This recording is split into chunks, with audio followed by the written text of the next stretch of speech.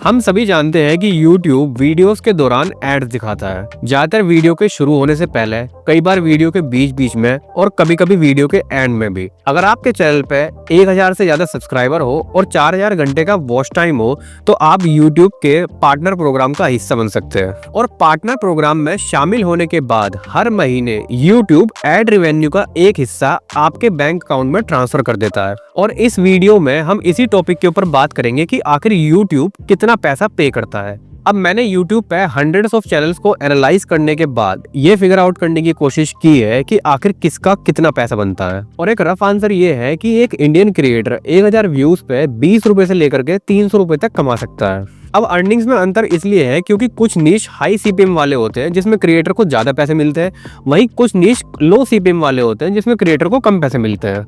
सो तुम्हें बेहतर ढंग से समझाने के लिए एक चार्ट दिखा देता हूँ जिसमें ये मेंशन है कि किस नीश में कितना सीपीएम मिलता है। चाहे तो इस चार्ट का एक स्क्रीनशॉट ले लो और वीडियोस उसी नीश में बनाओ जिसमें सीपीएम ज्यादा मिले और तुम्हारी अर्निंग ज्यादा हो। और ये लिस्ट जो है ना सिर्फ लॉन्ग फॉर्म कंटेंट के लिए वैलिड है, क्योंकि शॉर्ट फॉर्म में तो तुम किसी भी नीश में कंटेंट बना लो उसके अंदर सीपीएम बहुत कम मिलता है। शॉर्ट फॉर्म कंटेंट का सीपीएम भी मैंने इस लिस्ट में सबसे नीचे मेंशन कर दिया है। अब यहाँ पर एक बात और ध्यान देने वाली है कि जो डेटा मैंने दिखाया है वो केवल और केवल इंडियन ऑडियंस के लिए वैलिड है। यानी कि अगर आपके वीडियो सिर्फ इंडिया में देखे जाते हैं तो आपको इतने पैसे मिलेंगे, लेकिन अगर आपके वीडियोस इंग्लिश में है और उन्हें यूएसए और यूके की ऑडियंस भी देखती है तो आपको सीपीएम कहीं ज्यादा मिलेगा। डेवलप्ड कंट्रीज में लोगों की इनकम अच्छी होती है जिसकी वजह से कंपनीज को वहां पर रेवेन्यू ज्यादा मिलता है और इसीलिए वो यूट्यूब और क्रिएटर्स दोनों को अच्छे पैसे देते हैं। यूएसए ऑडियंस के लिए सीपीएम 160 रुपए से लेकर के 2500 रुपए तक हो सकता है, यानी कि इंडिया से 10 गुना और कई बार इससे भी ज्यादा। सो चाहो तो यूएसए ऑडियंस को टारगेट करके चैनल बना सकते हो अगर अच्छे पैसे कमाने हैं तो,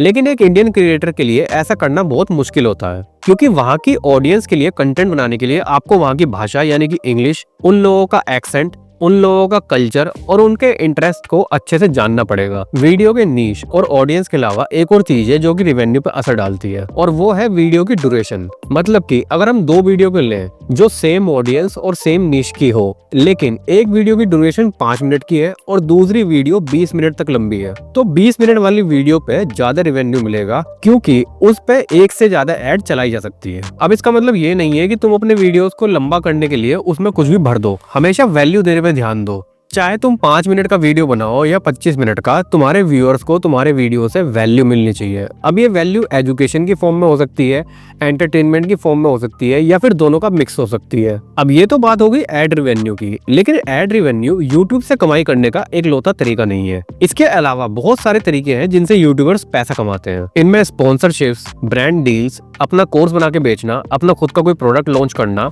और एफिलिएट मार्केटिंग आते हैं। और सबसे ज्यादा शॉकिंग बात यह है कि यूट्यूबर्स एड रेवेन्यू से कहीं ज्यादा पैसे इन सब तरीकों से कमाते हैं। जैसे कि फेमस यूट्यूबर अली अब्दाल ने जब 2021 में अपना कोर्स लॉन्च किया था तो सिर्फ एक साल में उन्होंने अपना कोर्स बेच के 18 करोड़ से ज्यादा की कमाई की थी। वहीं उसी साल उनका YouTube ad revenue 2 crore 80 lakh था, जो कि उनके कोर्स की कमाई से काफी कम था। सो किसी भी क्रिएटर के लिए यूट्यूब एड रेवेन्यू जो है ना एक शुरुआत की तरह होती है। जैसे जैसे आपका चैनल बड़ा होता जाता है ना, आपके लिए कमाई के और भी कई सारे रास्ते खुलते चले जाते हैं।